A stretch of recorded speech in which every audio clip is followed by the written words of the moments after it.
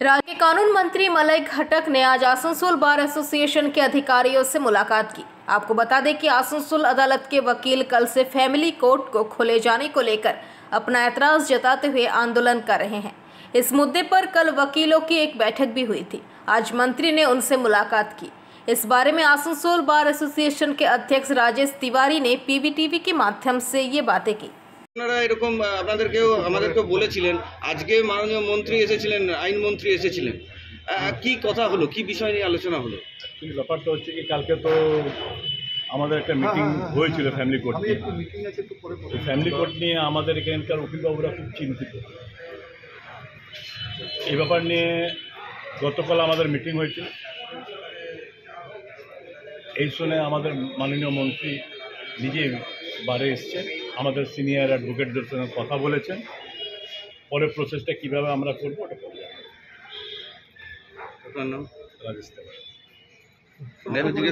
वहीं इस मौके पर आसनसोल बार संगठन के सभी पदाधिकारी उपस्थित थे। उन्होंने कहा कि मंत्री के साथ संगठन के पदाधिकारी की बैठक हुई।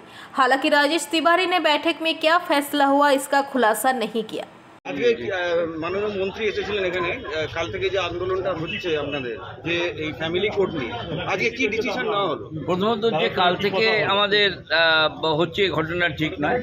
ইতিপূর্বে বামফ্রন্ট সরকার যখন আসেন সেই সময়তেই বলা হয়েছিল যে আমরা ফ্যামিলি কোর্ট আমরা চাই না। তার কারণ হচ্ছে যে এখানে লিটিগেন্টেরও অসুবিধা আর লয়ারেরও অসুবিধা, একগাদা দালালের সৃষ্টি হয়। এবং আমরা প্রায় 6 মাস ধরে এখানে মুভমেন্ট করেছি, কনভেনশন করেছি, অল পার্টি মিটিং ডেকেছি এবং তার মধ্য দিয়ে আমরা 3টে গেইন করেছিলাম। 1 নম্বর হচ্ছে ইলেকট্রিসিটি অ্যাক্ট চলে গিয়েছিল, বর্তমান সেটা আসানসোলে এসছে। তারপরে আমাদের ফ্যামিলি কোর্ট যেটা আছে সেটা আমরা বন্ধ করেছি এবং আরও একটা আমাদের দাবি ছিল সেটা আমরা করেছি, ওই সালিসি কোর্ট বিভিন্ন পাড়ায় পাড়ায় যেটা হচ্ছে সেটাকে আমরা বন্ধ করেছি। ফলে এইটা নতুন এসছে তা না, এবার এই গভর্নমেন্ট যখন এলো তখন এটাকে চালু করেছে।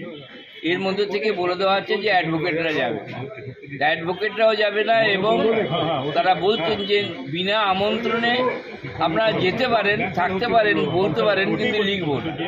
এটা অপমানজনক এবং এই অর্ডারের উপর যে বিরুদ্ধে যেটা যাবে উপরে সেটা হচ্ছে হাইকোর্টে একবারই সেটা যাওয়া যায়। ফলে এটা আমাদের ক্ষেত্রে আমাদের আর বহু মামলা চলে যাবে। সেই জায়গাতে এই জায়গাতে হাতে করি দেয় আমাদের যারা উকিলবাবু যারা আছে 125 ডিভি অ্যাক্টে তারা হাতে করি দেয়। এটাকে বন্ধ করা মানে আমাদের উপর আঘাত। আমরা যেটা মলয়বাবুকে বললাম যে স্টেট অ্যামেন্ডমেন্ট করে যাতে অ্যাডভোকেটরা সেখানে প্রবেশ করতে পারে, তারা বলতে পারে, এইটুকু যতক্ষণ না পর্যন্ত নিশ্চিত না করছেন ততক্ষণ পর্যন্ত আমরা ফ্যামিলি কোর্টের সম্পর্কে একমত।